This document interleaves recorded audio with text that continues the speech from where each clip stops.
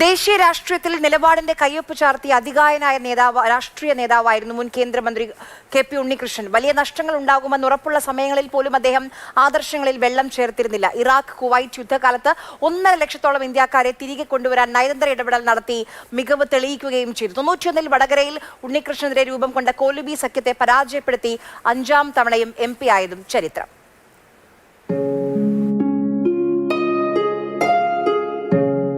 VK കൃഷ്ണമേനോന് ശേഷം കോഴിക്കോട് നിന്ന് ദേശീയ രാഷ്ട്രീയത്തിലെത്തിയ അതികായനായിരുന്നു KP ഉണ്ണികൃഷ്ണൻ.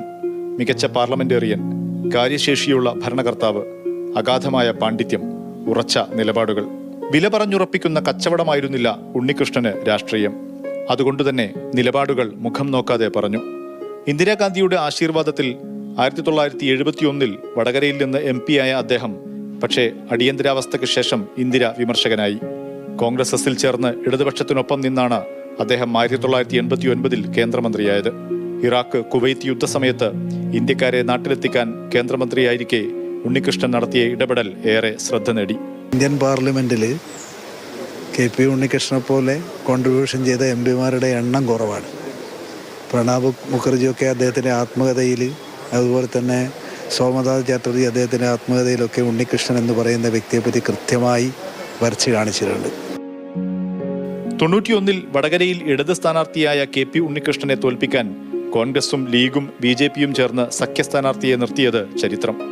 പക്ഷേ അന്ന് 17,000-ഓളം വോട്ടിന് ഉണ്ണികൃഷ്ണൻ വിജയിച്ചു. മികച്ച പാർലമെന്റേറിയൻ, ഭരണാധികാരി, മതനിരപേക്ഷതയുടെ ഉറച്ച കാവലാൾ എന്നീ നിലകളിൽ അദ്ദേഹം എക്കാലവും ഭൂമിയിൽ ഓർമ്മിക്കപ്പെടും. ബൊഫോഴ്സ് കേസിൽ പ്രധാനമന്ത്രി രാജീവ് ഗാന്ധിക്കെതിരെ ഉണ്ണികൃഷ്ണൻ പാർലമെന്റിൽ പുറത്തുവിട്ട തെളിവുകൾ കോൺഗ്രസ് രാഷ്ട്രീയത്തെ പിടിച്ചുലച്ചു. 95-ൽ ഉണ്ണികൃഷ്ണൻ പാർട്ടിയിൽ തിരിച്ചുവന്നുവെങ്കിലും ഇന്ദിര, രാജീവ് വിമർശനങ്ങൾ അദ്ദേഹത്തെ അപ്പോഴേക്കും കോൺഗ്രസ് നേതൃത്വത്തിന്റെ ശത്രുവാക്കി മാറ്റിയിരുന്നു. കേരളത്തിലെ നല്ല ഇന്ത്യയിലെ കോൺഗ്രസ് പ്രസ്ഥാനത്തിലെ ഏറ്റവും അധികം ആഴത്തിൽ കാര്യങ്ങൾ പഠിച്ചിട്ടുള്ള ഒരു പൊതുപ്രവർത്തകൻ എന്ന നിലയിലാണ് ഇന്ത്യൻ പാർലമെന്റ് കണ്ടിട്ടുള്ള അപൂർവം പാർലമെന്റേറിയന്മാരിൽ ഒരാളായിരുന്നു അദ്ദേഹം. BJP-ക്കെതിരെ ശക്തമായ നിലപാടെടുത്ത അദ്ദേഹം വാജ്പേയി പ്രധാനമന്ത്രിയായിരിക്കെ ചില പദവികൾ വാഗ്ദാനം ചെയ്തുവെങ്കിലും നിരസിച്ചു.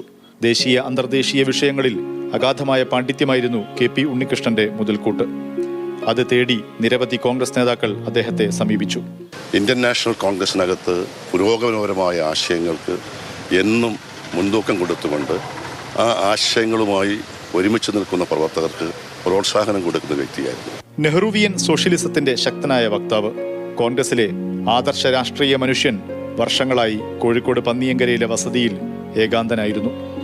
അഞ്ജനയ്ക്കൊപ്പം മുഹമ്മദ് ഷഹീദ്, മാതൃഭൂമി ന്യൂസ്, കോഴിക്കോട്.